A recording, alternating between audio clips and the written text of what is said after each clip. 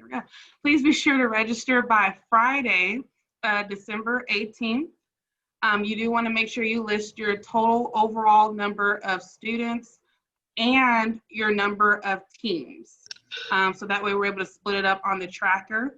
And then you want to list accurate billing information. That would consist of your contact's name, email, address, and direct phone number in case there's any issues, as you all may know, with tech as we're overusing them.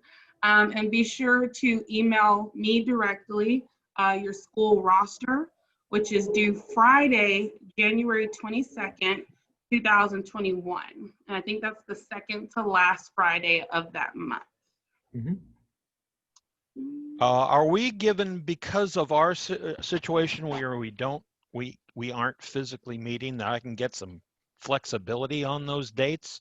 Because I still am trying to figure out how in the world I can talk to the campus.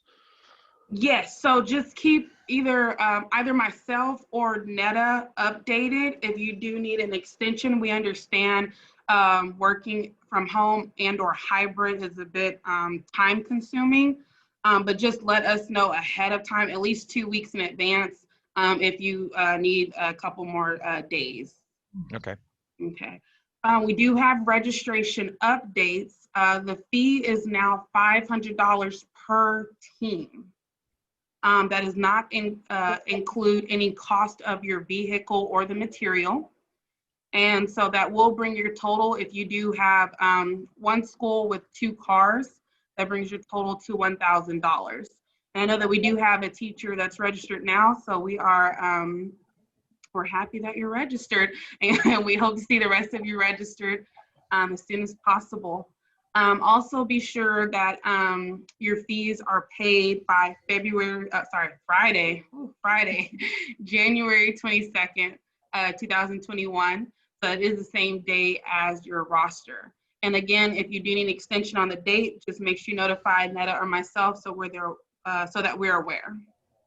And if you do decide to withdraw from the competition, you'll need to email Netta directly. If you're wanting to withdraw and receive your refund, you'll have to let her know by Friday, February 26th. If you notify her after that date, you will not receive a refund. And that's in page 4 of the packet that I emailed to you with the calendar invite.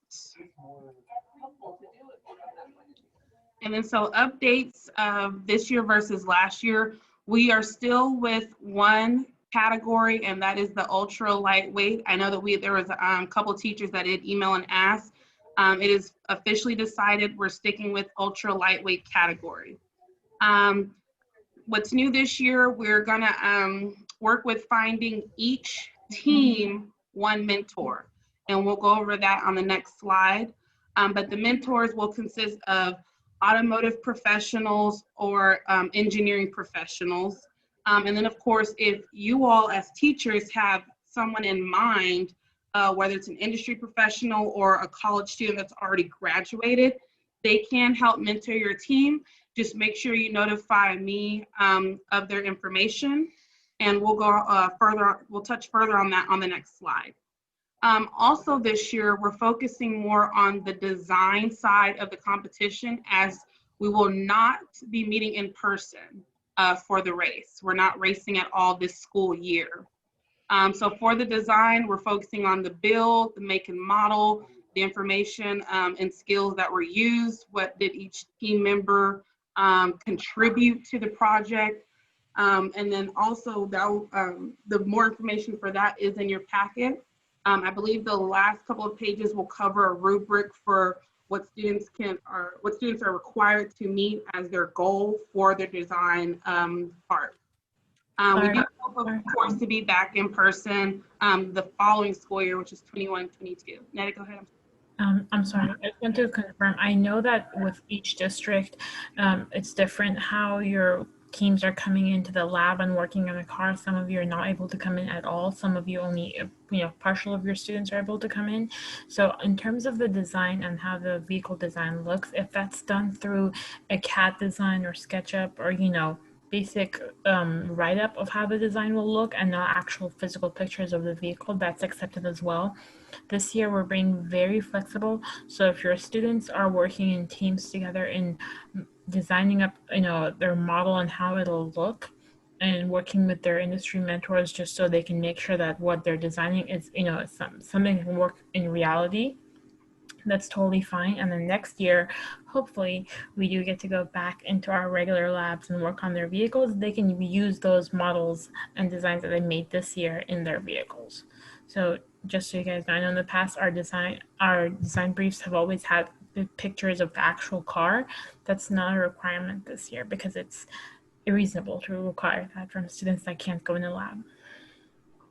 So drawings can be crayon on newsprint. Hopefully they're not crayon, but I've got students that don't even have a printer, let alone just the Chromebook, which means Right. everything has to be cloud-based. Yeah, so we will work with each district separately depending on what your needs are within each district. Just talk to us individually, and we can be very flexible with what only maybe one person has access to a certain place, and cloud-based, and we can work with that as well. Don't worry. Can I ask, is it possible then, if we were focused on just the design aspect of it, that we're kind of designing beyond what our budget would be? So yeah, like because next year you're not really required to make specifically what you designed. You can definitely go past that specific budget that your school will allow, but just remember that it has to be within the requirements of the ultra lightweight vehicle. So if you're designing with a really fancy battery that's like $5,000, it's totally fine, as long as it's a 24-volt battery. And so in terms of a carbon fiber body could be designed, but not necessarily purchased. Yes. Right. Yeah.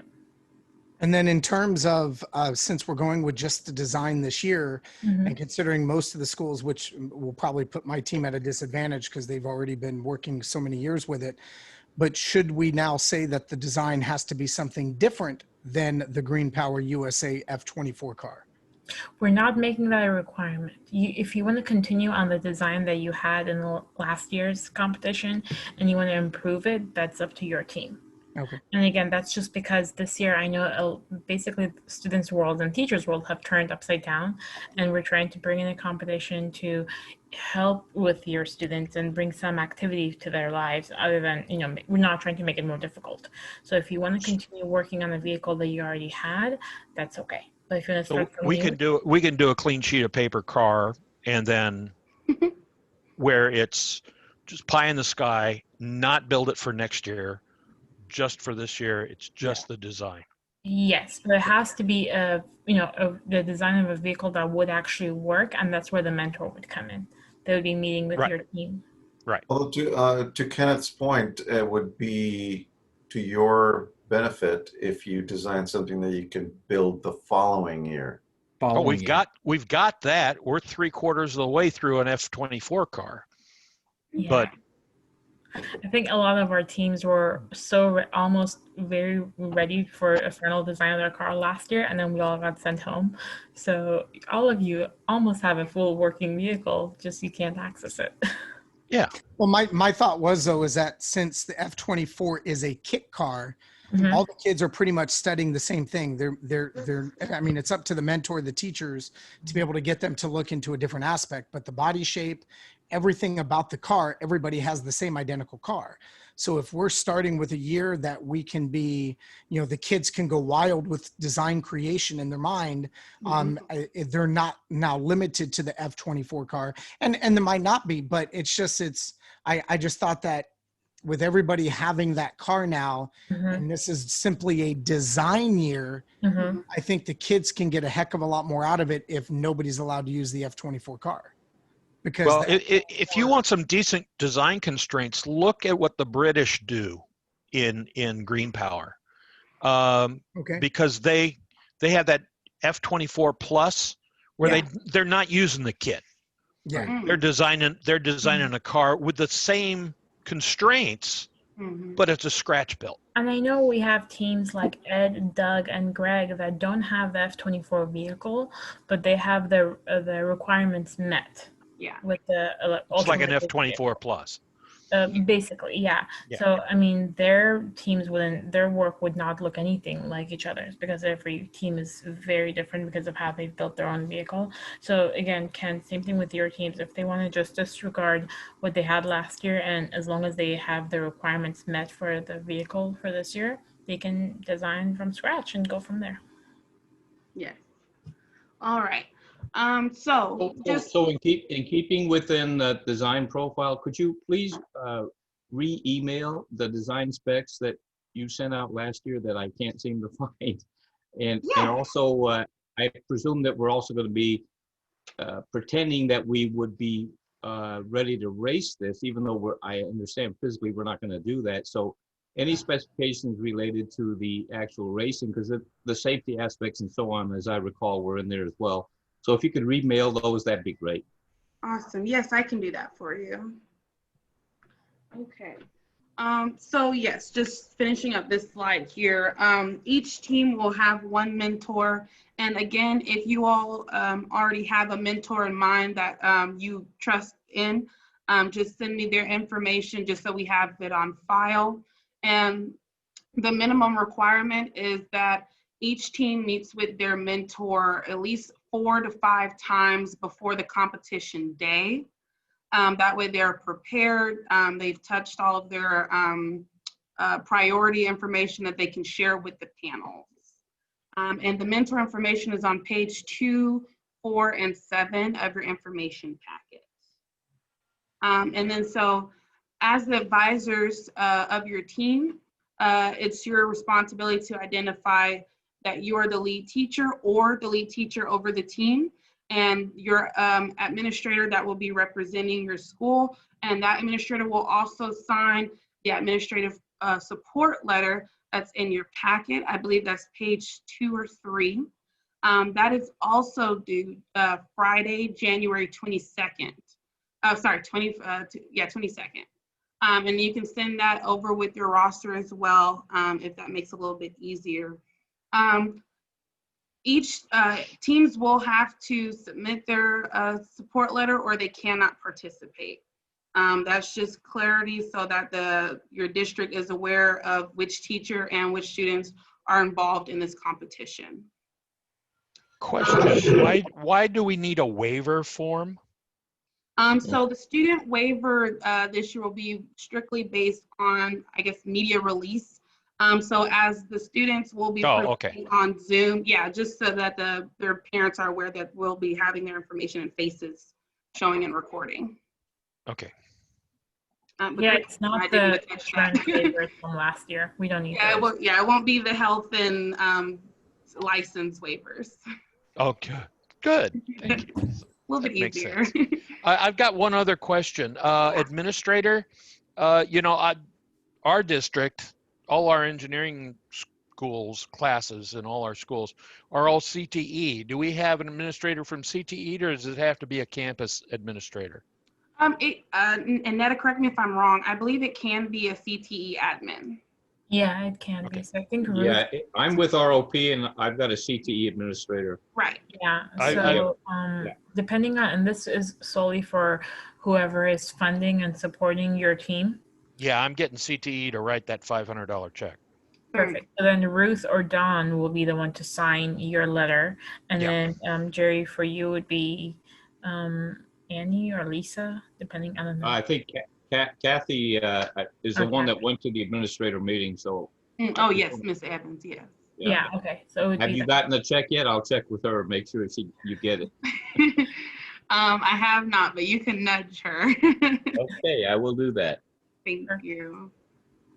So for the design brief and video, they are due Sunday, March 21st by end of day. And that is 1 month before the competition date. For the design brief and video, they are the same as last year. So the design brief will still need to be 8-page typed document, doesn't have to be written, typed document with details of the car. You can send final drafts to me. If you feel like you're running a little bit late, I can send you the direct link where you can save all of your team's information. For the design video, it needs to be 2.5 to 3 minutes, covering the details and design of the team's video. And the video must be uploaded to YouTube, made public, and the link for the video should be emailed directly to me. And then that way we can share it with all of the future teams that we hope to participate next school year. And then all teams should review pages 10 through 13 of their participation packet. Again, that's the guidelines and the rubric that will kind of help you in the different bright blue and yellow columns. And they'll kind of go over the in-depth details so that way they can get the high score from the panels. And then so for the design review, that's the actual competition now. So the brief and video will be submitted. I'll email those ahead of time to the judges. They'll more than likely watch them, take down notes, and then watch the teams present during the actual design competition. And they'll provide feedback on how they can perfect their vehicle that they'll be using and hopefully race during next school year. The panel will include, we will have some graduate students from UCI and more than likely other local colleges. And then the industry professionals that will be the mentors that are helping each of your teams. And so that's why we also need their contact information if you have a personal mentor that you'd like to work with. And so the brief and video, sorry, go ahead. Just to be clear for me, the deliverables are a design brief and probably a Word document or Google Docs or whatever equivalent with narrative descriptions and also pictures. And then there's the video. And then it appears to me that we'd also have to prepare a slide deck for the presentation. Am I correct? That is correct. So the brief would be like the written version of the design video. And then the video can be the same exact pictures and information that they're using in their PowerPoint for their presentation. Thank you. Oh, so it's not two separate things. They It's will just be, you want the same thing in two different formats. Yeah, so the way to think about it is that your 8 to 9 page design brief has a lot of descriptions, written out about your vehicle. And then your 2-minute video is basically you reviewing the designs that you put together and the pictures of those designs, whether they're pictures on a CAP document or the actual picture of the vehicle itself. And then your PowerPoint presentation is what the students are presenting to the judges. You're making this easier than it should be. Trying to help you, Tom. To make your lives easier this year. That's our main goal of DialLink, is to make lives easier. I was thinking of a 2 to 3 minute show and then 8 pages of technical support. But you don't want that. You will just want a video of the same stuff. It has basically taken the place of the presentation that we used to do in person in front of the others. Yes, exactly. Yeah. Yes. And then the PowerPoint presentation is just for the judges to question the students to make sure that they really knew what they were talking about and not, they didn't have someone else do the work for them. So the presentation is the students presenting their work and getting questions left and right about their design. Yes. Gotcha. And so, so the competition day, it is a Wednesday, April 21st. The time is to be determined. What I will do, or my director, Netta, we will send out, a calendar to see which time frame works best for you and your teams. And that's how we'll create the schedule of who will go in what order.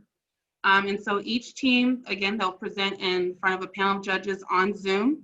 The judges will consist of engineering and automotive professionals and the mentors that each team had. And then teams will be able to share their screen, so they can have one student share their screen, and they'll decide who's speaking in what order. And their presentation must be at least 2 to 3 minutes. And then they'll get 7 minutes for feedback from the judges. So that way any feedback as to help them perfect their car for the race. And then I will provide the Zoom link to each of you all as we get closer to the competition day. What? So 2 to 3 minutes, is 3 minutes the upper? Because 3 minutes is not very long time to present something. That could be. If they need to go over 3 minutes, that is fine. This is just the minimum. Like if if it's shorter than 2 minutes, then they have to make sure that they've touched all of the highlights in their actual project. If they end up going to like 4 or 5 minutes, that's fine. I'll send them a notification in the chat, just let them know, oh, like you have 1 more minute or you have 30 seconds remaining. Okay, so Well, I can tell my students 5 minutes max? Yes, yeah, that's fine. Okay, thank you. Kind of like what happened at the fairgrounds last time, Yeah, where we yeah, started to talk and it went on and on. Yeah, because we find that there's like a lot of questions sometimes in the middle of their presentation. So that way they kind of have that time frame as well. Oh, sorry, I had to jump into a meeting. Okay, that's not a teacher. So the main point of contacts, I would be your first contact. If I do not reply as fast as you need me to, please not hesitate to email my colleague Autumn, and that's autumn@VitalInc.OC, and then my director Netta. And then we have outreach to Professor McCarthy and Smitty. They are interested and they'll be on the sidelines, but they will be available if you do have any questions about your vehicle and the project, and if you have any questions on how to build or different parts that you may need. I just noticed a chat from Netta, 7 minutes max. Can we have that changed in the slideshow, and then can we get a copy of the slideshow? Please. Yeah, so that was to answer Annetta's question. She was asking how long will the presentation be? And I was answering her, but yeah, Ari will send out the PowerPoint. So one thing I do want to cover is, and I think I did see Ms. Tamil logging in. So Ms. Tamil from Troy and Adams Motorsports has been a big helper and supporter of my team during this year's competition. And she has been helping get us mentors for different teams. So we already have Troy Adams for Tustin's team as a mentor. And then we have, I'm so sorry, John, what was John's last name? John Mohavitz from Aquafab. Yes. Ooh, that's a tough last name. For Huntington Beach teams. And so he has volunteered to help 6 teams. This is before I learned that you had 8 teams, Greg. So I'm so happy that you have 8 teams, but I am yeah, you're expanding every year. So I emailed to Mel about the update in your team count. So I will help. I hope that John is able to help all your 8 teams, but if not, we'll get other additional industry members. And then I believe, Ms. Tamil, you are working for Long Beach as well, right? Yes. Yes. I was just wanted to confirm that they did need someone, but yes, definitely have someone in mind. So I believe we usually have 5 to 6 teams from Long Beach. Okay. And as the registration is open now, and after this orientation meeting, we hope to have the teachers review this material with their students and to get more registrations coming in as they learn about what their requirements were for the competition. And then anyone from the meeting that wants to get a mentor from us and Ms. Tamil, please let us know. And anyone who has their own mentor, please just give me their name so Ari and I can keep track of them. Because the way that our mentors work is that they are a mentor for your team, and then they might be a potential judge for the other team's presentations. So of course they cannot be a judge for their own team's presentations, but they might be judges for the other teams. Netta, just to clarify, Long Beach will have 7 now teams. Okay, awesome. Okay. Okay. And also just a suggestion, as far as having mentors also being judges. I understand, they got to recuse themselves for their own teams, but if at all possible, try not to do that, because That is our we've had goal. issues in the past with some judges that shouldn't have been judging, and it Yeah, just makes our things goal right cleaner if you've now. got two separate groups, and we don't have to worry about people nitpicking about all that kind of stuff. Yeah, and So we so can they will all never just be, get along. yeah, so they will, I mean, our goal is to have a whole set of different, like 5 judges that are specifically judging. But in case, we don't know our future with COVID and everything keeps changing on us. So in case that if something does occur, we will never have a mentor judge their own team. That's never going to be the case. But, we might be using a mentor as a judge for other teams. Our hope is we get enough volunteers from our engineering world and automotive worlds that they don't have to do that. Mm-hmm. And if you guys are, you guys are in the world right now. So if you have a specific company in mind that you would like us to reach out to, just let us know and we will reach out to them, because you guys know the names and everything. Ari and I just start Googling. Whoever's first. So did anyone have any questions on information we may have skipped over or we may have missed? I know that it's, as Tom was saying, it does seem a little bit easier this year for the students to participate. And again, for the teachers that did log in a little bit late, I just wanted to make sure I highlight thank you. I just want to make sure I highlight the waivers that we won't cover the health and license waiver this year. The waiver will consist of media release, which is basically their parents saying they are allowed to sit on Zoom and they're allowed for us to record them, because we do plan on screenshotting and sharing their presentations on our social media platforms, as well as which would include like Facebook, Instagram, YouTube, Twitter, and all of those. So it'll be strictly focused on that. And then this meeting is recorded. So I will email it along with the updated PowerPoint that does have the correct time now, confirmed by Netta. And then I'll also email the flyer with that. So that way, if you guys do want to go ahead and register, if you have the idea of how many teams and students you may have, you can go ahead and register. That way that part's taken care of. Okay. I had a question, Aria. Jerry asked earlier about kind of the requirements for the race and what the kids would be designing to. And I think you commented that you'd be sending out the prior year's information. Yes. We've read through those and they seem like greatly lacking in terms of engineering content.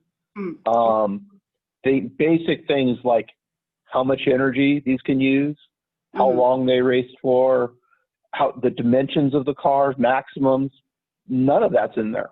Our teams have also gone through and read the green power rules. They were much more in line with our expectations.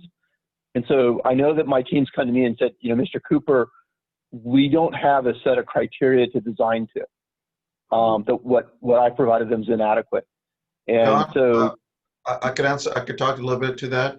That was done on purpose, because if you meet the criteria, the three things, the 24 volt, the weight restriction, and the safety requirements that are in the packet, it is meant to be open-ended in a sense, so that to Ken's point earlier, it's like, hey, is everybody going to be racing the same thing?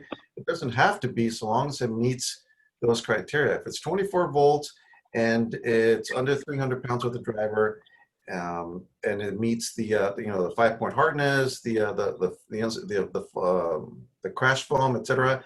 It could look like a spaceship. It could be built out of titanium. It could be anything. So it was meant to be open-ended on purpose. What about quantity of fuel? Well, it's last one was, I believe it was 33 cents worth of electricity, based on the whatever rates were at the time. Yeah. We set that the would be a- rates. We set the rates, as I recall, 2 years ago in January, right? Yes. Whatever the rates were at January. Whatever the Department of Energy said. Yeah. Yeah, but it was, I think, 33 cents, what was agreed upon. Yeah, it was 33 cents, and it was decided with Smitty and his team.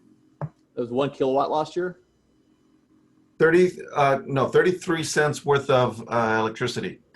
Whatever Edison is charging us, Right.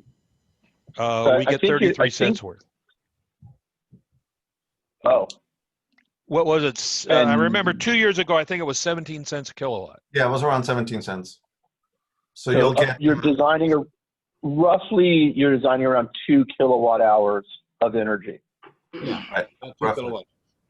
Yeah. 2 kilowatts. Can I make a suggestion?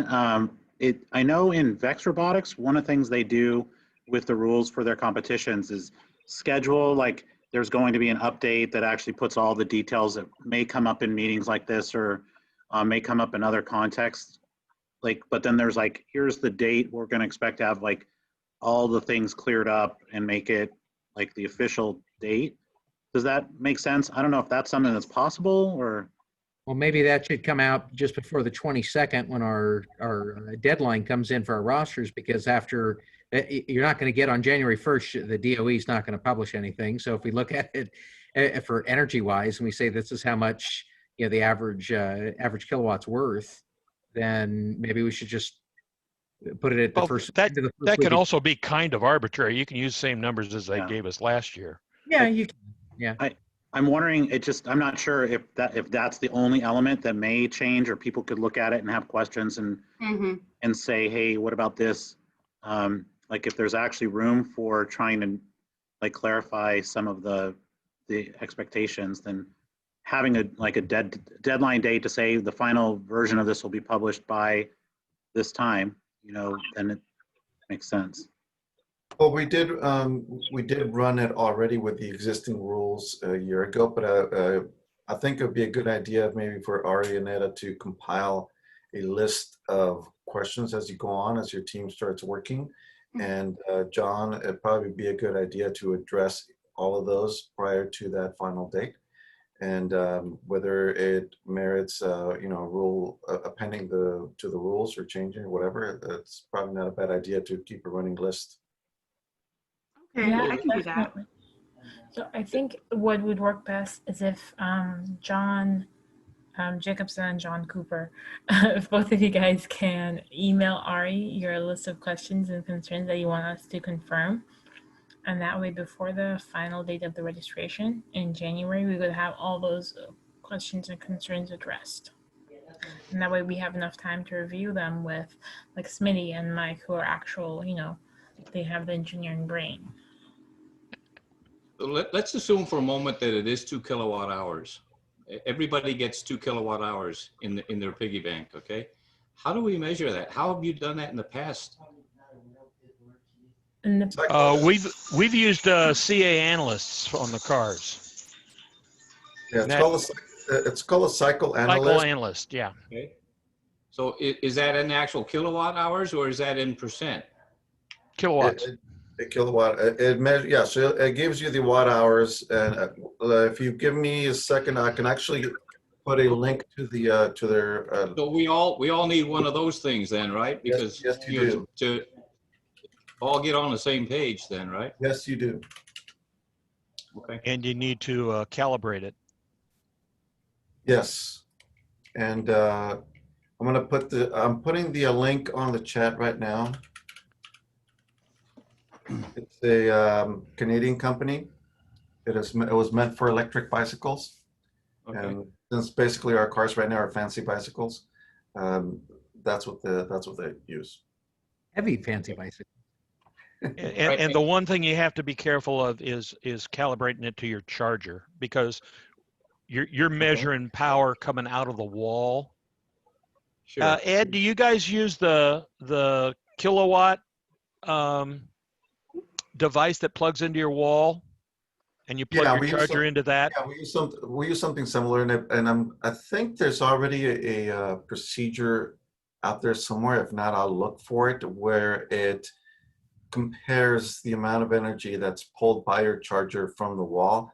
Yeah, because And there's an efficiency in your charger that you'll lose. and if you don't have that, the default I think is 90%. Most chargers are more efficient than that, the newer ones. Right. But the default worst case value is 90%.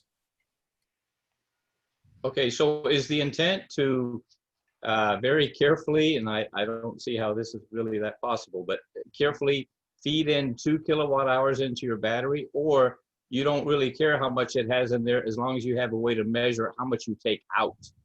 Yes. Right. What Yes. we did is we calculated, well, when we were running our heavyweight, it was $1. So we calculated how many kilowatts we could take from the wall to put into our batteries. Okay. And then that is reduced because of the efficiency of the charger. Then you check the cycle analyst to see how much you've used. Okay. And those are the two numbers you compare it to. And so let's say you've used your 2 kilowatt hours. Does your car stop? No. No, you still got residual power. It's Well, just of that course, the more of power course. you use, the more penalties you'll get on the track. So We it's don't have the honor we don't have a system then. track. It's Right, a I moot mean- question at this point. Okay, so when we actually race, it's the honor system then, right? No. No. What I understand, there was a big penalty when you go over. Okay, so someone will Big validate penalty. that you didn't take out more than 2 kilowatt hours. Correct. A judge or somebody. Yeah, somebody measures you before and after your Yeah. the start of each. Okay, thank you. That makes sense. It sounds complicated. It's actually easier than if we were doing it in gas. Okay. Gas was a pain. Okay. Okay. Well, yeah, I hope, Yeah, 'cause I I hope have you no get your, help in that part. That's why we let you guys talk it out. Yeah. But yeah, so if you do have any additional questions that you think of later, you can email them to me and I'll review them with Smitty and Mr. McCarthy to see what they think, and then I'll do my best to get those answers back to you as soon as possible. And then Netta's gonna look for the specs from last year that I can send in the email with you right after this meeting. And again, this is recorded, so I'll be sure to forward the link to you. That way you can always go back for any notes or quote us on something that we may have forgotten. But we hope to see you all registered soon. Thank you so much. Hey, Ed, is that really your parts bin behind you, or is that a green screen? This is a photo of a place called Apache Reclamation in Phoenix. It is a junker's paradise. Because I was going to really complain if that's actually your parts bin. No. Don't we wish, huh? Yeah, exactly. Right. Thank you, guys. I guess Thank you so much. We'll see you all next time. Sounds good. Thank you. Okay, take care. Bye.